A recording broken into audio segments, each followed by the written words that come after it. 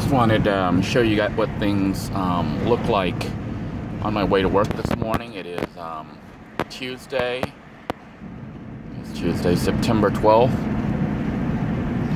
A lot of the traffic lights are still out, and roads still have downed trees and whatnot, potentially power lines on them. So, somewhat dangerous. You can see everybody is stopping here because there is no lights. There are police cars everywhere. And I would recommend, if you don't have to be out here in a situation like this, go ahead and stay home. I'm not out here for a joyride or anything. I do have to go into work. Blue didn't want to start this morning, but after struggling and messing with her, I was able to get her going, so I'm going in a little bit late. It's 7:45. I'm still in Melbourne instead of in Cocoa right now. I'm supposed to be there at 8. But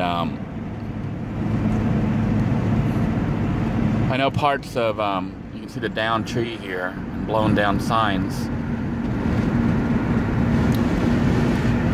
The beach side, I think, is especially bad. There's some more trees that have fallen. Even though we didn't get a direct hit here and on the Space Coast, we were caught up in the northeast bands. If you watch the storm, you know, replays of the storm, you'll see where all those red bands were. That's what actually hit here. And in those red bands were tornadoes. The storm itself didn't really do too much damage here. It's the tornadoes that were taking out the trailer homes and whatnot.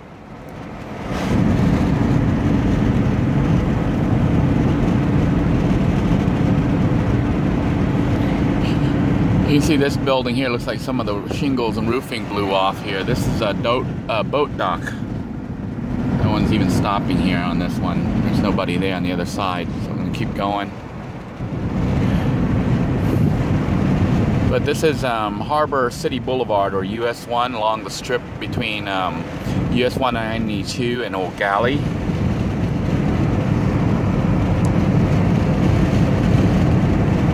What I may do, if they'll let me get on there after work, I might try to go ahead and get onto the beach side to assess the damage on that end, because that's where it's going to be really bad.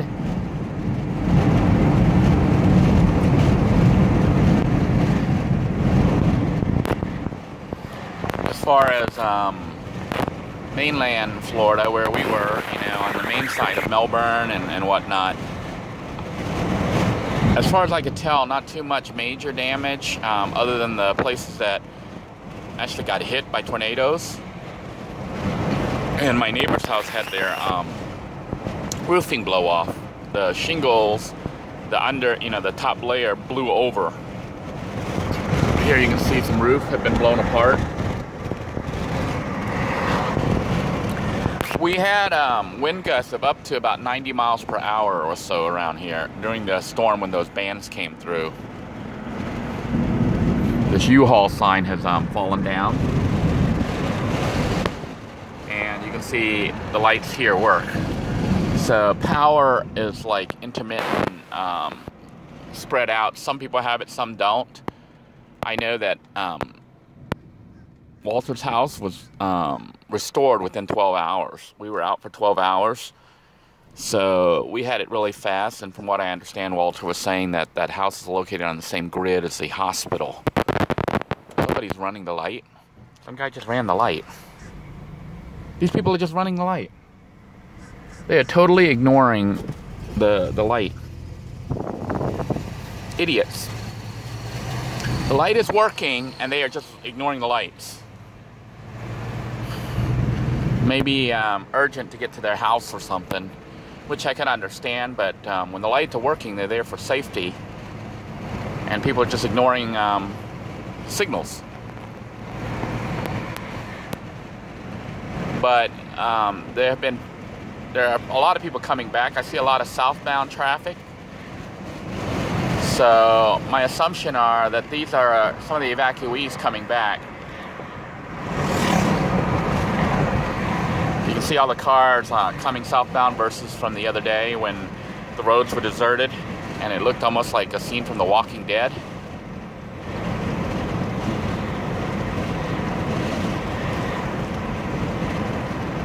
I'm not quite sure what it looks like on I-95, and I haven't been out there because I don't trust Blue to make it.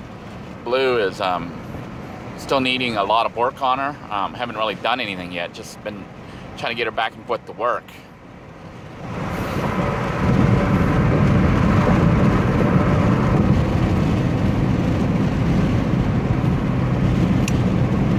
This junction right here is a road called O'Galley. This is where you've seen me film previously, where I cross over to the beach side or go to the O'Galley Library. And you can see the lights here work as well.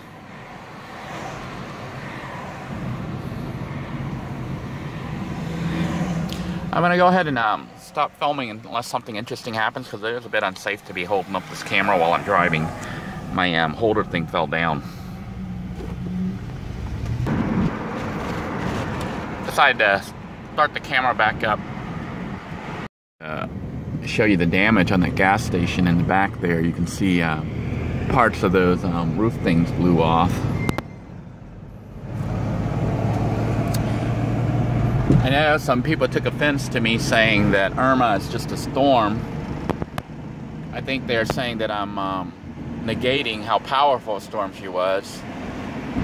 And, you know, I apologize if you think that I'm telling people not to take a hurricane seriously. No, what I meant is Irma is a storm, just a storm. When you put a name onto something, you can turn it into a demon or a monster, and, you know, that's exactly what happened. And people become very scared because the media tends to overhype. Now, from what I understand, Irma's the biggest storm they've ever tracked. But when it actually did make landfall, it was, I think, a Category 3, between a 3 and a 4. It kept going up and down. And by the time it passed through Brevard County, it was a Category 2, and then shortly after that, it became a Category 1. Okay? And some of you saying, well, that's a hurricane. Well, this area is used to getting hit by hurricanes. You know, that was that one year we got hit by 3 of them came through. Was it Floyd, Katrina, and several others all came within, I think, weeks or months of each other, within a month or something. So this area is used to getting hit by hurricanes that are like higher than Category 1 or 2. The reason I said that it was just a storm is this. People were panicking and freaking out and heading out to traffic and jamming up the traffic and even dying out there on the roads. I think when the numbers come out, you're going to find more people died, not from the not from the storm itself, but from being on the road, from crashing, from medical issues that occurred. And you can see here's a cop here controlling the road because lights are out, and this is a major intersection. She's not even looking at traffic. She's just there to tell people stop and don't run straight through and hit each other. But when I say that, you know, Hurricane Irma is just a storm, I'm not negating that it's a powerful storm, hurricane, that can cause severe damage where it strikes, and that there will probably be casualties. What I'm saying is don't panic. It's a storm, just like we have thunderstorms, we have other storms. They're all essentially very similar. And we've had worse tropical storms that came through and killed people. You know, when a tree gets hit, when a tree gets blown down, when the ground gets soggy and the tree collapses because the ground was soggy, that happens in all storms. This one just happened to be very big, very wide, and people in like mobile homes, here is like some mobile homes and stuff, they tend to blow down. Those things aren't built to last. Now, I work in a mobile home park right now, so it's going to be interesting to see what happens when I get over there. And the reason I could have stayed home today, my car was having issues, and the roads are still unsafe right now because not all of it has been cleared. Irma just passed through yesterday, and it started to calm down yesterday, but the roads are still very dangerous. Lights are all out, there's power lines down, there's trees down. I wouldn't be out here if I didn't work at the mobile home park. The reason I'm going out is to try to clear that area up and make it safe for the residents who come back, and also to do repairs because that's their home. Otherwise, I'd be staying at home right now. I'm not the type of person who normally comes out after disaster to go look around at other people and gawk at the damage. You know, if I want to see that kind of stuff, all I have to do is turn on the TV. The news will show the damages. That's all they pretty much show. They go to the areas that have all the damages and they show it to you, and you can see a really nice shot of it without putting yourself in danger by being on the road. What the numbers will probably show, just like with all disasters like this, is that more people are dying from trying to evacuate and after the storm. A lot of people died, I'm sure, when there was all that traffic jam for hours, upwards of 10, 12, 24 hours on I-95. Traffic wasn't moving. People could not evacuate. They did evacuate, and they were stuck on the road for 10, 12 hours. Imagine that. In a vehicle that's not even equipped for living in, like our vans are here. So they pretty much had whatever they took with them. And of course, everyone's in a panic mode. So the only people that really should have evacuated were the people in immediate danger, which are the people on the beach side right there, and the islands, the barrier islands, and people in mobile homes, you know, and RVs and whatnot, people in low-lying areas that are prone to flood, and people in homes that they felt unsafe in. Most of the other homes are fairly intact, other than not hurricanes, but tornadoes that actually hit.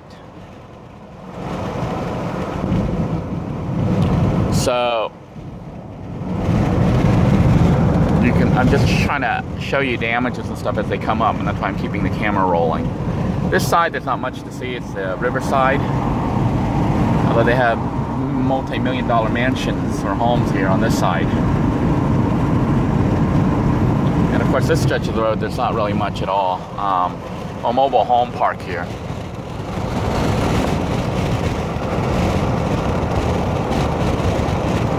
Looks like a lot of the units appear to be intact, but of course I'm not really going slow or anything. But that is a mobile home park right off US 1. I don't know if the sign blew down here or if they took it down. I think that's Florida Today. Right there. Look at that. Florida Today. And here you can see the police again, because this is a major intersection on US 1 and lights are out. They're not directing traffic so much as blinking their lights and I think making people stop. Well, I don't see anyone stopping, so I'm not going to stop. I'm just going to slow down. They're just trying to warn people, because that's where people are dying out here. It's coming out after the storm. Getting hit, getting electrocuted, having trees fall on them. And you might be wondering why I would give tree falling warnings when the storm has already passed. Well, the fact is the ground is soaking wet right now from all the rain. It's like the police pulled over someone. They pulled over someone, that's an unmarked police car. But anyhow, all these trees that look like they're standing, they can fall still, because the ground is soaked. The roots sometimes still give way long after the storm has passed, and the tree collapses on somebody out there trying to clean their yard or walking by or whatever. I see a lot of trees that look brown, so I'm assuming something happened to kill them. That looks like a huge solar panel. That's a huge solar panel sitting there on the side of the road. Somebody's solar panel flew off and is on that side of the road as scrap right now. I'm debating if I might try to come back by here in the afternoon if I can pick it up. If it's hit light enough, I'll take it. It's huge. And it's just sitting there. I gotta note where this is on US 1. It's like out in this wooded area, right? I want to pass, it'll be easy to pass. And it may be dangerous to try to get it with all these cars here on US 1. There'll be more cars coming in the afternoon. So it's just past the cemetery. It's blowing down signs.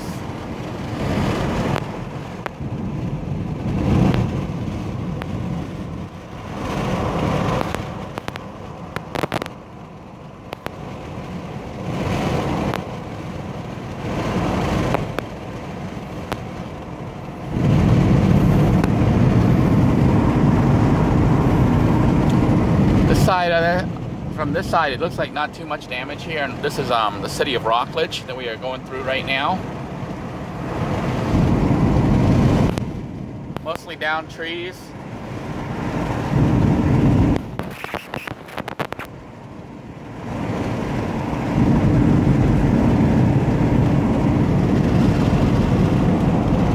More traffic lights that don't work.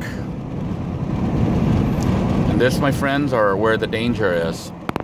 People just slamming into each other.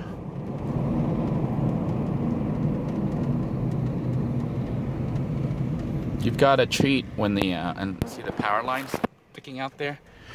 You've got to treat intersections and stuff when the lights aren't working as a four-way stop, you know, with stop signs everywhere on each side. So you have to stop and you have to look. It's when somebody doesn't do that and they slam through and hit somebody else, that's when you have those casualties that occur after the storm.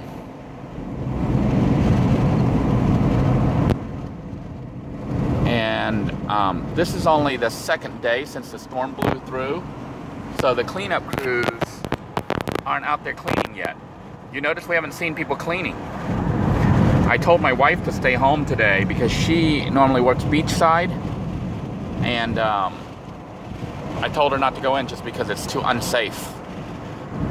The storm blew through yesterday, and today they are just going to start cleaning up. The crews are being organized. You know, I'm in the temp services and stuff, and they contacted me to see if I wanted to help with cleaning up. But I'm obviously working as an assistant handyman right now. So I'm going to be cleaning up the mobile home park. So I didn't, you know, go into work as a part of the cleanup crew. Now last year I did work for, I think it was like American Lawns or something like that, as part of the cleanup crew for Hurricane Matthew. And that was several weeks after it passed. You see here some billboard signs that are blown down.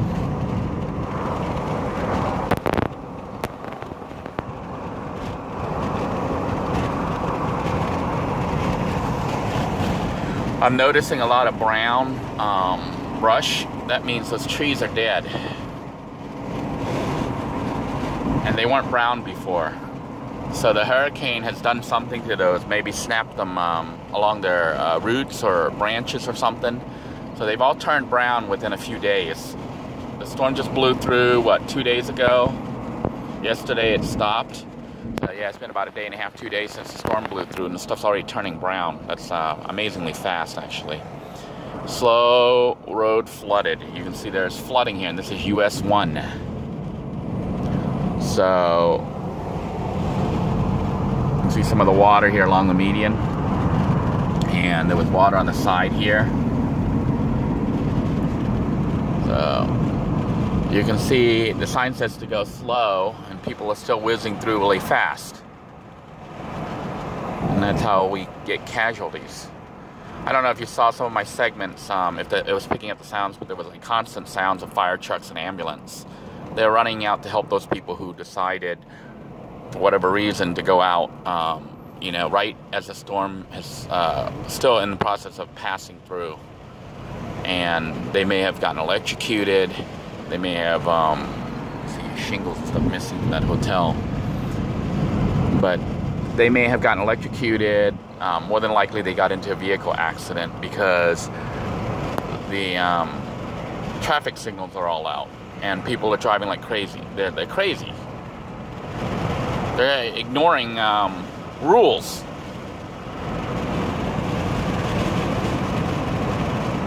I can see where there was water here. It looks like it's receded.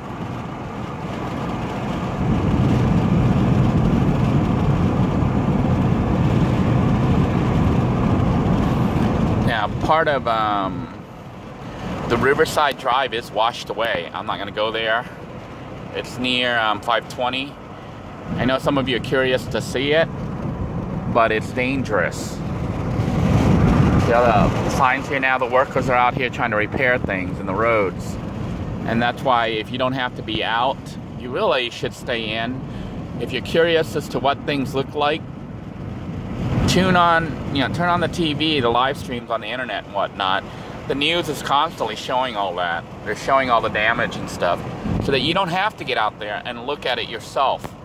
It's safer to stay inside right now because the roads are not safe.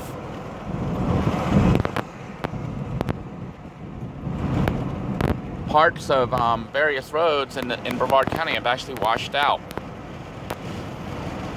And beachside, I'm debating whether I want to try to go just to show you guys here, because I'm sure you're curious.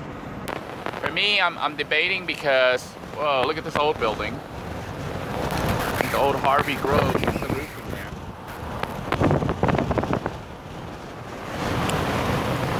But I'm sure you're curious, as I am, to assess the damage. But the news is really good at showing that kind of stuff. Now, I myself am very curious as to a certain structure, as I'm sure you guys are, and that is the hut and the yurt. I had started to take it apart and clean up the area as I promised the landowner, but the hurricane came in the middle of the cleanup effort, so we'll see what happened. The issue I have is trying to take little Blue too over there because she dies. She literally will not start. Like once she's running like this on the road and moving at a good speed, she does okay. But when I stop her, I put the key in and she just clicks once and doesn't want to crank up. Okay, another no light, so you can see the people who are paying attention are stopping and treating it like a four-way stop. And the people who are slamming through are driving like they are idiots. You got to treat it like this car should have went. I don't know why this car on the turn signal should have went already and they didn't go. Now they're going. They're actually doing a U-turn. But this is how accidents happen. We are now in the city of Rockledge. This was a Planet Fitness I had contemplated signing up for when it looked like I was going to be living in the van in Cocoa Beach area and having to work in Cocoa. There's a Planet Fitness right here and this plaza, and I thought of signing up to use it as a shower facility. Another stopping area here. This is a major intersection, and I'm checking for cars, and it is clear. And notice I don't even though I had the right of way at that point, I still kind of go out really slow because you can't assume the other person on the other side is going to stop like they're supposed to.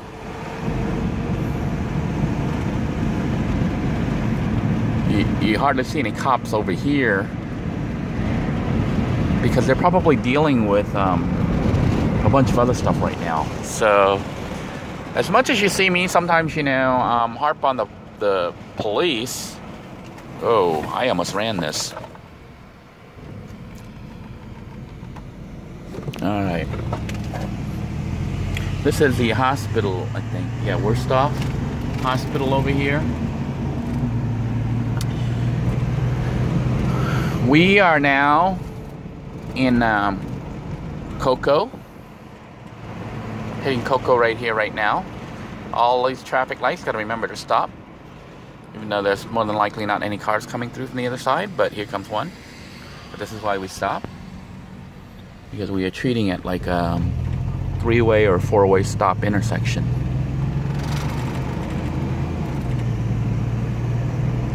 I'm going to go ahead and pause filming now because it is running a little bit long, and I'll continue on with another segment. Want to just continue and keep filming because things are coming up as I drive on by. I am a little bit late for work this morning because Little Blue refused to start, but I'm looking at all these brown trees. Now the hazard for this area with all those brown branches and stuff is going to be fire hazard. And if this is indicative of what's happening to brush, then I suspect Camp Freedom 2 in that area is all brown as well. I don't know what happened to make all these trees die. Everywhere you see brown trees, brown bushes, they're dying. I don't know if the water that fell on them was salt water Maybe. You know, we'd seen images of the Bahamas and even Tampa and stuff. Irma sucked up ocean water. I mean, the ocean was like turned into almost like a desert. All the water had been sucked up. And they even found manatees sitting there in the grass. Or in the marshes, what's left of where the water had been dried out completely. So that water had to go somewhere. I'm wondering if the water got spit all the way over here on this side, because all the trees are dead. And they still look like they're standing, so I don't think they broke at the root level. The only thing I can conceive that might have happened is maybe salt water rained on it. And these trees, they don't do very well with salt water, because that's an awful lot of dead trees along this drive. We are at the main intersection for State Road 520. We are at Cocoa. You can see the sign there for the city of Cocoa. I don't even have a turn light, so I don't know when I can go other than waiting for that main light to stop. You can see my light right there is bent. So I'm gonna go when they turn green, hopefully. I don't know if I can go or not. That other car decided to go. Me? I'm gonna go now. I think they have green too, but I'm gonna try to go and hopefully they let me go. I went so that they could see that I was going so they wouldn't hit me. Because I had a signal that wasn't working when all the other signals were working.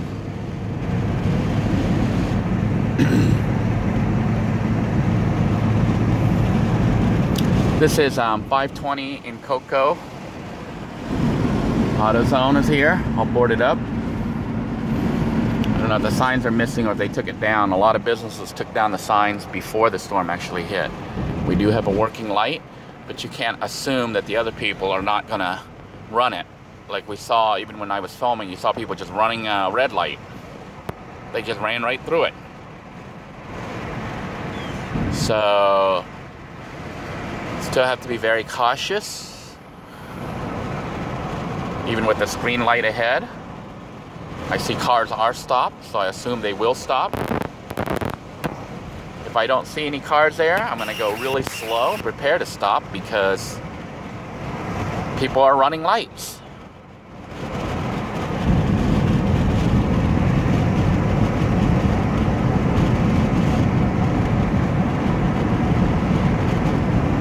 The Cocoa police station had part of their roof blow off, although I don't see anything there. The media had reported that the Cocoa police station, which we just drove by, was missing part of their roof.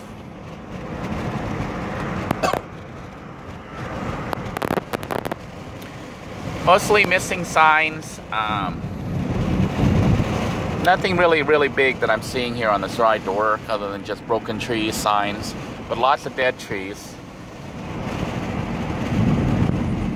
And lots of lights not working, so electricity is still out in a large portion of the county here. And I am going to stop even though there's no cars. We're going to treat it as a four-way. Make sure everybody knows to stop. Then we can go. Don't trust those other drivers. They may not follow the rules.